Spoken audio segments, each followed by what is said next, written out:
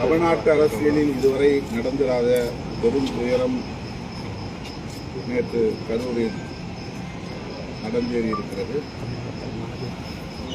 ஒவ்வொரு அரசியல் கட்சியின் தலைவர்களும்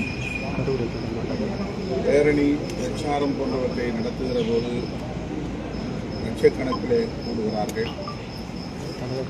ஆனால் இதுவரை கூட்ட நெரிசலில் 39 பேர் உயிரிழக்கும் ஒரு பேரவலம் நடந்ததில்லை. எனவே இது தமிழ்நாட்டை மட்டுமல்ல, இந்திய அளவில் பெரும் அதிர்ச்சியை ஏற்படுத்தியிருக்கிறது. அந்த ஒன்றா துயரமாக இது மாறியிருக்கிறது. 39 பேரையும் பறிகொடுத்து தவிக்கிற குடும்பத்தை சார்ந்த உற்றார் உறவினர்களுக்கு ஆழ்ந்த இரங்கலை தெரிவித்துக் கொள்கிறோம். அவர்கள் குடும்பத்தினருக்கு தமிழ்நாடு அரசு 10 லட்சம் ரூபாய் இழப்பீடு வழங்குவதாக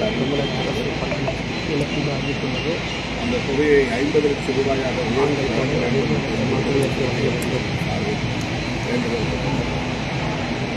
உயிருக்கு ஆபத்தான நிலையிலே மருத்துவமனையில் அனுபவிக்கப்பட்டிருக்கிறவர்கள் அனைவரையும் காப்பாற்ற வேண்டும்.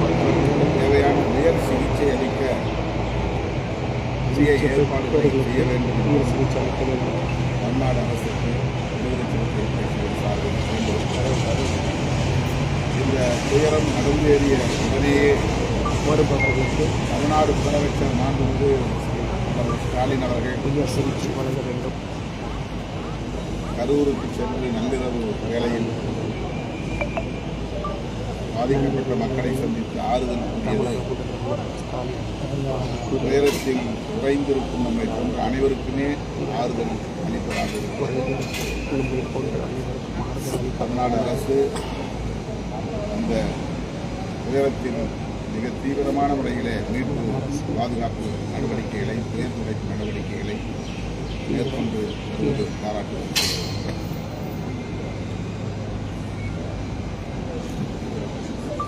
அண்டை மாநிலத்தில் அரசியல் கட்சி தலைவர்களாக இருக்கட்டும், நடிகர்களாக இருக்கட்டும், ஒரு சக மனிதனை கடந்து போகிற மாதிரி அங்கே இருக்கக்கூடிய மக்கள் பார்க்குறாங்க. ஆனால் தமிழ்நாட்டில் மட்டும் அது வேறு விதமாக இருக்குது.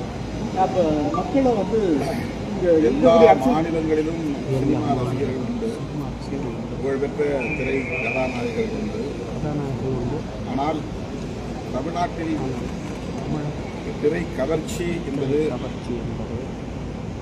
ஒரு மோகமாக மாறி சினிமா மோகத்தில் தமிழ்நாட்டு மக்கள் தொடர்ந்து பாதிக்கப்பட்டிருக்கிறார்கள் என்பதை நாம் பார்க்க முடிகிறது. ஒரு அரசியல் தலைவரை காண்பதற்காக கூடிய கூட்டம் என்பதை விட ஒரு திரை கதாநாயகரை காண்பதற்காக கூடிய பெரும் கூட்டமாகும். அரசியலில் சினிமா என்பது பிற மாநிலங்களில் உள்ளது. ஆனால் தமிழ்நாட்டில் இத்தகைய பாதிப்புகளை சந்திக்கும் அளவுக்கு இருப்பது வேதனை. மாவட்ட செயலாளர் 10,000 பேர் தான் வருவாங்க அப்படின்னு சொல்லி அவங்க மனு கொடுத்துருந்தாங்க. அதனால நாங்கள் 500 பாதுகாப்பு அதிகாரிகள் மட்டும் தான் காவல்துறையின் சார்பாக கொடுத்துருந்தோம். ஆனால் கூட்டம் அதிகமாக வந்ததுனால எங்களால் கண்ட்ரோல் பண்ண முடியல அப்படின்னு சொல்லி காவல்துறையின் சார்பாக அறிக்கை கொடுத்துருக்காங்க. சப்போஸ் கூட்டம் அதிகமானதுனால அதை பாதுகாப்பு கொடுக்க வேண்டியது தமிழக அரசு கடமை தானே, அதையே தவறிட்டாங்களா? அதை பற்றி இது குறித்து அருணாஜெகதீசன் அவர்களின் தலைமையில் நீதிபதியின் தலைமையில் விசாரணை ஆணையம் அமைக்கப்பட்டிருக்கிறது. அவர்கள் விசாரித்து இதன் பின்னணி காரணங்களை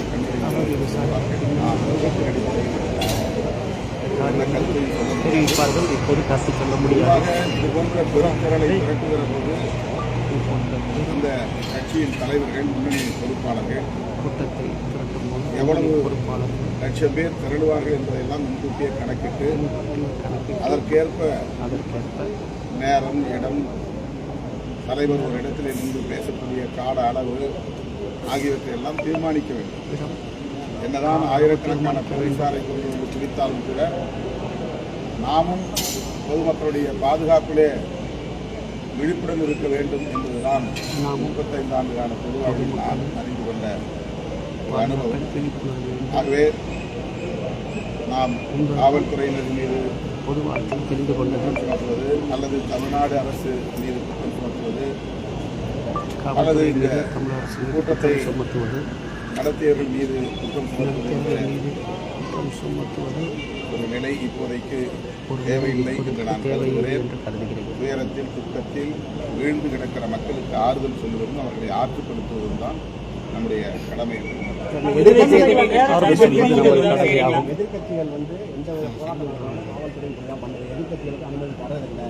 அது இல்லாமல் பல நிபந்தனைகள் இருக்கு. கடைசி நேரத்தில் அவர்களுக்கு அனுமதி தராங்க. இதுவும் ஒரு காரணம் அப்படின்னு டிபிஎஸ் எப்படியா இருந்தாலும் அனுமதி தரதான் போகிறாங்க. யாரையும் பேரணி நடத்தக்கூடாது, பிரச்சாரம் செய்யக்கூடாதுன்னு காவல்துறை செயல்படுறாங்க. அவங்க நிபந்தனை கொடுக்கும்போது இப்போ அவங்க இந்த மாதிரி ஒரு பிரச்சனை நடந்தால் பதில் சொல்ல கொடுக்கின்றன. அதனால தான் இந்த நிபந்தனைலாம் தரலாம். நீங்கள் வண்டி மேலே உட்கார்ந்து வரக்கூடாது, ஒரு வண்டியில் கூட போகிறது மாதிரியான வண்டியில் தான் வரணும் அப்படிங்கிற ஒரு சில நிபந்தனைகள் விதிப்பது இதுதான். அந்த மாதிரி நாம தான் பாதுகாப்புக்கு உத்தரவாதம் கொடுக்கணும் காவல்துறை நமக்கு சுட்டி காட்டுறாங்க. நாங்கள் எத்தனையோ பேரணியில் இப்போ அன்மையில் திருச்சிராப்பள்ளி நடக்கிற பேரணியில் லட்சக்கணக்கான பேர் திரண்டார்கள், இளைஞர்களும் திரண்டார்கள். இதே போல குழந்தைகளை கூட்டிக் கொண்டு ஏராளமான பெண்மணிகள் கலந்து கொண்டார்கள். எல்லா பேரணிகளிலும் இது வழக்கமான ஒன்று தான். ஆகவே நமக்கும் அதிலே பொறுப்பு இருக்கிறது. வெறுமனே நாம் காவல்துறையும் அரசும் தான் பொறுப்பு என்று சொல்லிவிட்டு நகர்ந்து விடுதலை சிறுத்தைகள் கட்சி சார்பாக நிதி உதவி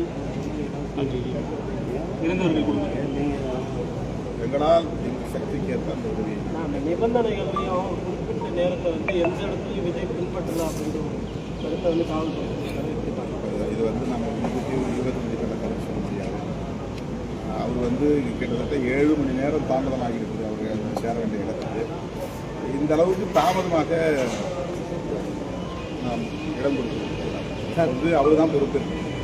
என்னதான் இருந்தாலும் காலையில் நாமக்கல்லில் சேர வேண்டிய இடத்துக்கு உரிய நேரத்துக்கு போனால் அவர் சென்னையிலிருந்து புறப்பட்ட நேரமே ரொம்ப தாமதமாக புறப்பட்டார்.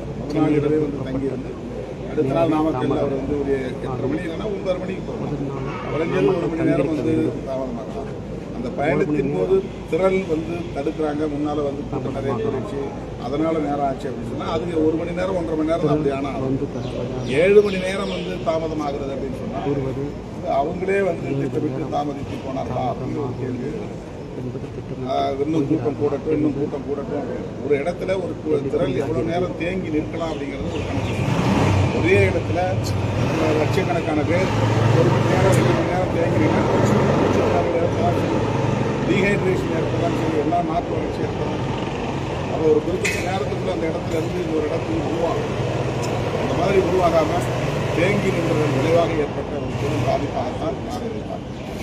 மரணங்கள் அதிகாரத்தை அடைவதற்கான பாதையை இல்லை, அதாவது பல நிகழ்ச்சிகளில் இதே மாதிரி கூட்ட நெரிசலில் உயிரிழப்பு ஏற்பட்டிருக்கு. ஒன்றும் புதுசு இல்லை. கும்பமேளாவுக்கு போன இடத்துல அதே மாதிரி ஒரு கிரிக்கெட் ஸ்டேடியத்தில் பெங்களூர் நினைக்கிறேன், அங்கே அது மாதிரி நடந்திருக்கு. பல இடங்களில் அது மாதிரி நடந்திருக்கு. இதில் பங்கேற்கக்கூடிய நம்மை போன்றவர்களுக்கு ஒரு விழிப்புணர்வு வேணும். நம்ம பற்றிய பாதுகாப்பு, நம்ம குழந்தை தூக்கிடலாமா வேண்டாமா, பிள்ளைகளை பெண்களை வண்டியை அழைச்சி போகலாமா வேண்டாமா. இப்போ நாங்கள்லாம் ஒவ்வொரு பேரணிக்கு முன்னாலே அது ஒரு கிளாஸ் மாதிரியே எடுத்து சொல்கிறோம். வண்டியில் வரும்போதே குடிநீர் கொண்டு வாங்க, வண்டியில் வரும்போதே சாப்பாடு கொண்டு வாங்க, வண்டியில் வரும்போதே உங்களுக்கான பிஸ்கட்ஸ் கொடுங்க, எங்கேயும் கடையில் போய் சாப்பிடக்கூடாது. அது மாதிரி குழந்தைகளை வச்சுட்டு வராங்க, முதியோர்களை வச்சுட்டு வராங்க, மாற்றுத்திறனாளிகள் வங்கி இருக்கக்கூடாது. இதெல்லாம் ஒவ்வொரு முறையும் நாங்கள் நமக்கு பாதுகாப்பு. வண்டி வேகமாக ஓட்டக்கூடாது. வண்டியில் வரக்கூடிய டிரைவர் பிடிச்சிட்டு வரணும், அவன் பிடிச்சிட்டு வரலாம் ஏன்னு நீங்கள் பார்க்கணும். இதெல்லாம் அதனால் பெருந்திரளில் பங்கேற்கக்கூடிய பொதுமக்களை பாதுகாக்க வேண்டிய பொறுப்பு காவல்துறைக்கும் அரசுக்கும் தான் இருக்கிறது என்று நாம் கருதக்கூடாது. நமக்கும் அதில் பொறுப்பு இருக்கிறது என்பதை நான் சுட்டிக்காட்டுகிறேன். சார், கள்ளக்குறிச்சியில் இறந்தப்ப 50 பேர் வந்தாங்க. இதுக்கு 20 ரூபா சொல்கிறாங்க. அந்த நேரத்தில் இருக்கிற சூழ்நிலை அது அந்த சூழல் வேற, இந்த சூழல் வேற. இப்போ பார்க்கக்கூடாது, பார்த்தது தப்பு ஏன் போனாங்க. இதுதான் மக்கள் 40 பேர் ஒரே நேரத்தில் இறந்துருக்காங்க. கள்ளக்குறிச்சியில் அடுத்தடுத்து இருந்தாங்க. அது கள்ளச்சாராய குடிச்சு ஒரே நேரத்தில் ஒரே சம்பவம் நடக்கிறாங்க. குடித்தவங்க மருத்துவமனைக்கு போய் ஒரு நம்ம அப்படி ஒப்பீடு செய்ய முடியாது. எல்லா நேரத்துலையும் இப்போ எல்லா நிகழ்ச்சியும் நம்ம கலந்து இப்போ நான் இந்த நிகழ்ச்சி வரேன் இன்னைக்கு ராமநாதபுரம் போகணும் அந்த கேன்சர் பற்றி நான் வரேன். சில நேரங்களில் சில நிகழ்ச்சியில் இதே மாதிரி துயர சம்பவம் உடனடியாக போய் கலந்து முடியாது. அதனால் அது காலச்சுவடு பொறுத்து தான் அது அமையும். சார், விஜய் ரசிகர்களுக்கு நீங்க என்ன சொல்ல வரீங்க? விஜய் ரசிகர்களுக்கு நீங்க என்ன சொல்ல வரீங்க? எப்படி இருக்கணும்? விஜய் ரசிகர்களுக்கு நான் என்ன சொல்ல முடியும்? அவங்க தலைவரை பார்க்க போகிறாங்க அல்லது தன்னுடைய ஹீரோவை பார்க்க போகிறாங்கன்னா அவங்களுடைய பாதுகாப்புனே அவங்க உறுதியாக இருக்கும். கவனமாக விழிப்புணர்வு எடுக்க வேண்டும்.